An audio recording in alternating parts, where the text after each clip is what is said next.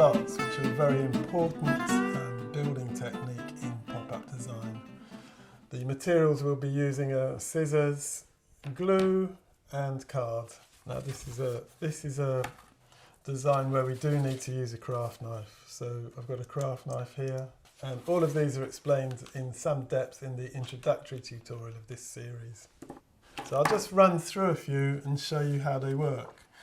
We use slots for when two pieces of card interlock or pass through each other, and you just want them to be able to move easily. So I'm going to show you a few designs. In this design, the red one has a slot cut into it going this way, and the blue one has a slot going into it that way. So the two of them interlock like that, and you can then fit it over any mount and fold. So the next one is, in this case, we've got a yellow V-fold raising a blue parallelogram, and then the red piece is attached to the blue parallelogram, and it has a slot cut into it which accommodates the yellow plane of the V-fold. So by being a slot, it enables everything to just move sweetly. The next one, this is a similar idea. In this case, again, we've got a yellow V-fold, we've got a blue parallelogram, and then the orange goes through a slot in the yellow. And so if it was a slit just cut straight into the yellow, it would tend to grip the orange card, and so it just wouldn't move so easily. So we make a slot, it's 1 or 2 millimeters wide, and that just enables the card all to move really easily.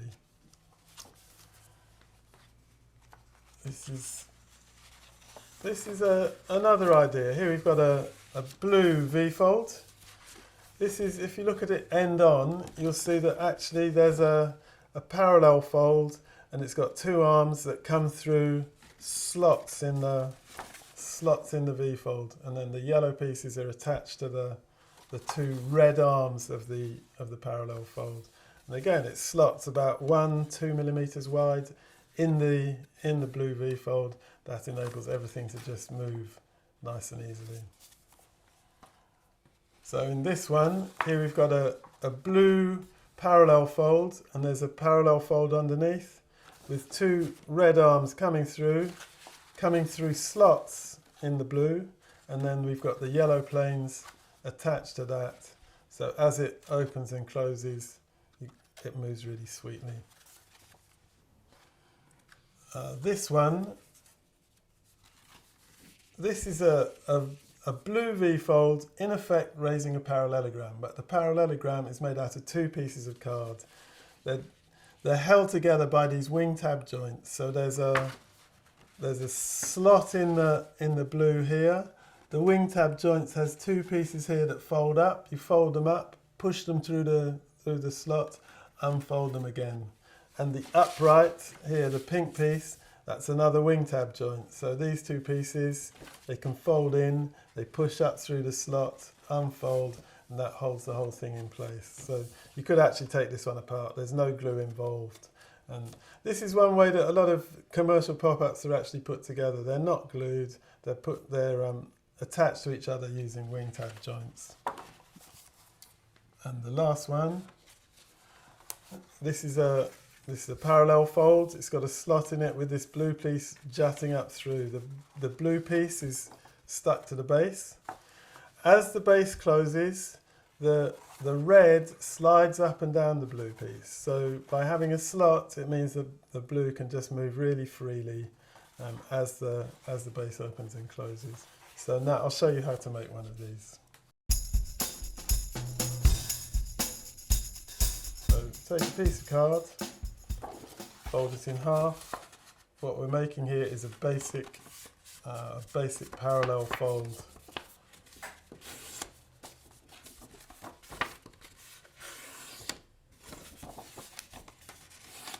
Well creased, fold it back on itself. There's the base. We'll make a blue parallel fold this time. Cut the sheet in half.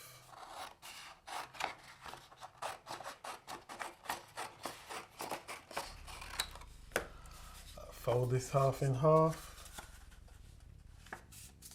So this is a basic parallel fold explained in one of the earlier tutorials. Fold the outer edges to make two more creases. These are for the gluing tabs. Fold them back on themselves. Fold them independently, just to make sure all the creases are really well established and moving nice and easily. Now this is a design where we do need to use a craft knife. So I've got a craft knife here. It's the type with an extendable snap-off blade. It's a nice design, it locks. So I'm just going to cut a slot near one end.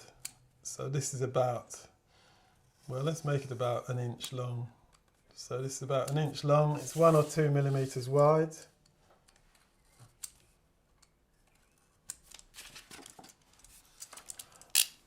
Now we can glue this to the page. So again, you want to decide, as with all of these, how close you want it to the spine, whether you want a really tall, narrow one, or whether you want it quite wide. So we'll go about like this. And put glue just on one tab. So put glue on one tab here.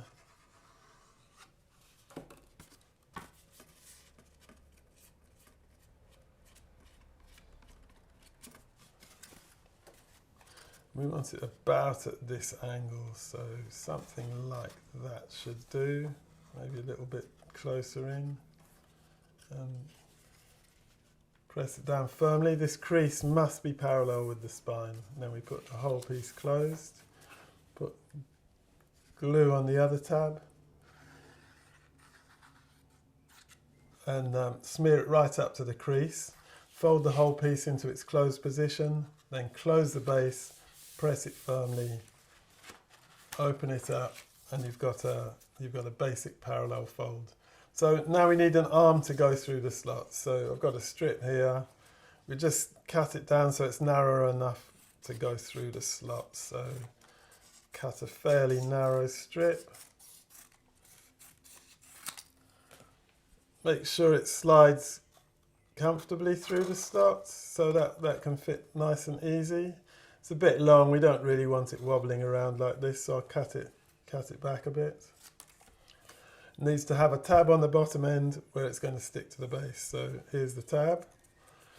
Feed this through, and then according to where you stick it on the base, it'll jut up at a different angle. So you can actually play around with that. So here it is, and just whether you have it close, it stands up like that, or you can move it nearer and nearer to the spine, and so it leans over. So I'm going to actually stick it right on the spine so it comes out like that. So we'll just have a little bit of glue. Feed it through. Glue it to the base. You can see as the base closes, the blue parallel fold rides up the arm, and then as the base opens, the yellow arm can just slide up through it nice and easy. Now I'll just show you the way of making those two interlocking pieces. So we need 2 more pieces of card. I have let's use red here. So just take 2 pieces, quite small, and take 2 pieces like this. Put them on top of each other, and just cut a slot. So again, it's about 1 or 2 millimeters wide, and cut to just beyond the middle.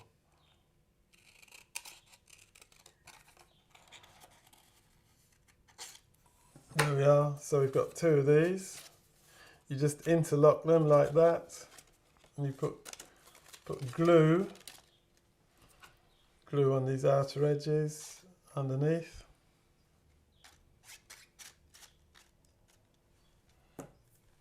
Smear it around a bit.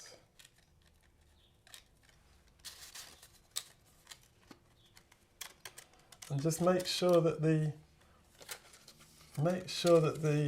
gully that they make fits tight onto the mountain fold. So there it is, and then you can close the base, make sure it all moves nicely. Obviously this is a rough, it's all jutting out. There we have it. So now I'll just show you a few examples of slots in commercial books. This book is Planes of the Aces, designed by Keith Mosley. And here's a plane all joined together with wing tab joints. Here you can see it, there's slots in the wing, and the wing tab joints come through and hold the whole thing together. You can see a couple really clearly here. You can see a couple here with joining between the wheels. You can see them here on the top of the wings and in the middle there. So this model is made completely out of, well, more or less completely out of wing tab joints. It's the V-fold that raises the whole thing. The whole thing is made of parallelograms raised by the V-fold, then joined together with wing tab joints. And the next book I'd like to show you, Roaring Lion Tales by Ron Vandermeer. And here we have, this is a parallel fold with two palm trees coming up through slots in it. The slots, again, they're about 2 millimeters wide to allow the palm trees to move up and down freely as it closes. But the ends of the slots have been interestingly cut so that the palm trees have a serrated edge and they vibrate against the ends of the slot, and that gives you this rattling noise as they open and close. The next one, this book is Sarge in Charge by Andy Mansfield, Paper Engineering by Andy Mansfield. And in this spread, the trumpet of the trombone has a slot on it which fits around the arm of the trombone. As the page opens and closes, the trumpet slides up and down the arm of the trombone. Okay, and the next book is the Plop-Up book by Paper Engineering by Ron Vandermeer. Here's the spread. In this case, we've got a spiral coming up through, this is a parallel fold. The spiral's coming up through the parallel fold. Again, the slot is quite wide to allow the spiral to move without the spiral getting damaged, but the end of the slot has been configured so that the spiral rubs through it, so it makes a squeaky noise that fits the subject matter of the book. So the last book I've got to show you is The Little Fish Who Cried Shark by Trish Phillips, and here's the spread. It's a variation on the parallelogram. You can see it's a parallelogram. There's a piece attached to this page that pulls up all these vertical planes. And all the vertical planes have slots in them, 1 or 2 millimeters wide. The parallelogram bar that comes all the way through has sections that fold down. These are wing tab joints. They would have folded down, fed through the slots, then flatten out again. So each vertical is gripped by this bar. So as you open and close it, the parallelogram is raising those planes. That's the last of the books I've got for you, and all about slots is further explained in my book Pop-Up Design and Paper Mechanics. Everything we've done in this session is in this book.